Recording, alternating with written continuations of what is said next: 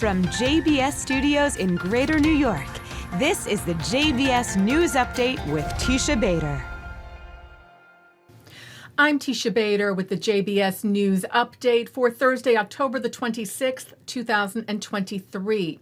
Israeli forces went into northern Gaza overnight last night for a limited operation and soon returned to Israeli territory. The action, the IDF said, was in preparation for the next stages of combat. IDF tanks and infantry struck numerous terrorist cells, the IDF said, as well as infrastructure and anti-tank missile launch posts.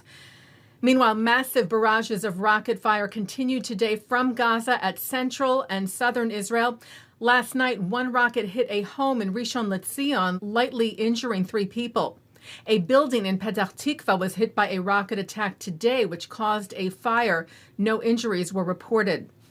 Israel's Air Force continued to hit terror targets in Gaza, including several precise intelligence-guided airstrikes this evening, taking out a number of senior Hamas officials, including a Hamas battalion commander, his deputy, and the commander of combat and administrative assistance, the IDF said, as well as earlier today, the deputy head of Hamas's intelligence department, one of the planners of the murderous raid on Israel on October the 7th. And last night, Israel's Air Force eliminated a top rocket commander. On Israel's northern border with Lebanon, the IDF said it took out a terrorist squad that tried to launch anti-tank missiles from Lebanese territory at an IDF base. A UN Security Council resolution drafted by the United States condemning Hamas was blocked by Russia and China's vetoes yesterday. The resolution, which also calls for the immediate release of all hostages being held by Hamas and supporting Israel's right to defend itself, was voted yes, alongside the U.S., by England, Switzerland, Malta, Japan, Ghana, Gabon, France, Ecuador, and Albania. The United Arab Emirates voted against the resolution with China and Russia. The Anti-Defamation League said it's a shame the UN Security Council can't pass a resolution that simply condemns Hamas, a terror organization that slaughters innocent civilians, and expresses support for Israel's inherent right to self-defense. We thank those nations who made the clear moral choice to voice in favor. The U.S. House of Representatives yesterday overwhelmingly adopted a resolution in support of Israel and condemning Hamas, standing with Israel as it defends itself against the barbaric war launched by Hamas and other terrorists, passed 412 to 10. 9 Democrats and 1 Republican opposing. 6 Democrats voted present. Co-sponsor of the bill, which is mostly symbolic, Michael McCall, said this was the most co-sponsors of any resolution ever, adding this measure sends a clear message across the globe. The U.S. stands with Israel.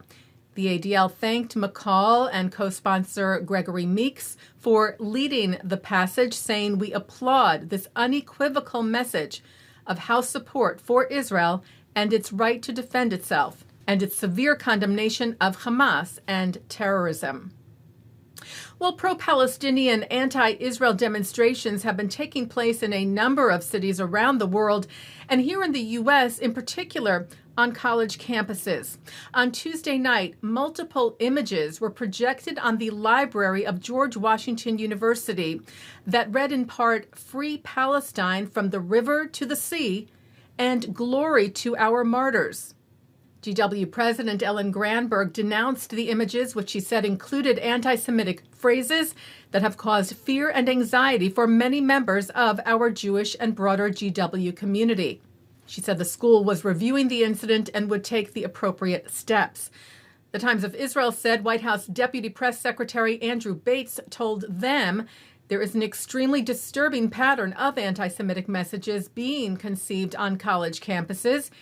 He said just over the past week, we've seen protests and statements on college campuses that call for the annihilation of the State of Israel, for genocide against the Jewish people, saying Jewish students have even had to barricade themselves inside buildings, referring there apparently to an incident at Cooper Union in New York City yesterday where a small group of Jewish students stayed locked in the school's library for about 20 minutes as pro-Palestinian demonstrators pounded on the door and chanted slogans like Free Palestine.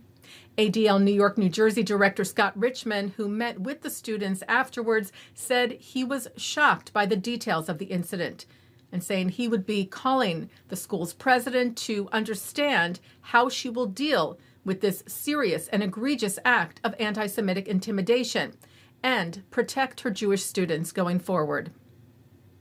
Well, a number of families of those being held hostage by Hamas are in Washington, D.C. today to bring attention to the plight of their loved ones and all those being held captive in Gaza after the October 7th massacre.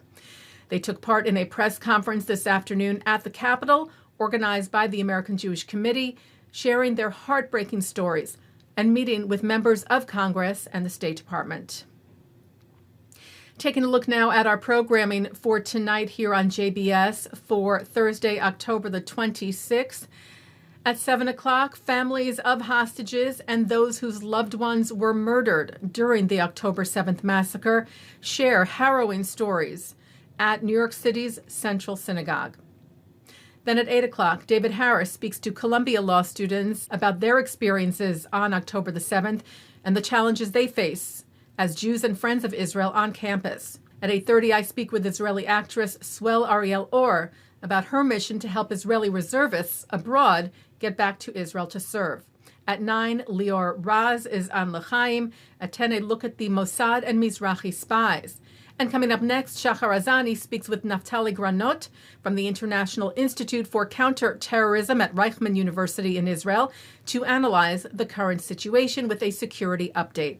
And that's the JBS News Update for Thursday, October the 26th, 2023. I'm Teisha Bader. Am Yisrael Chai.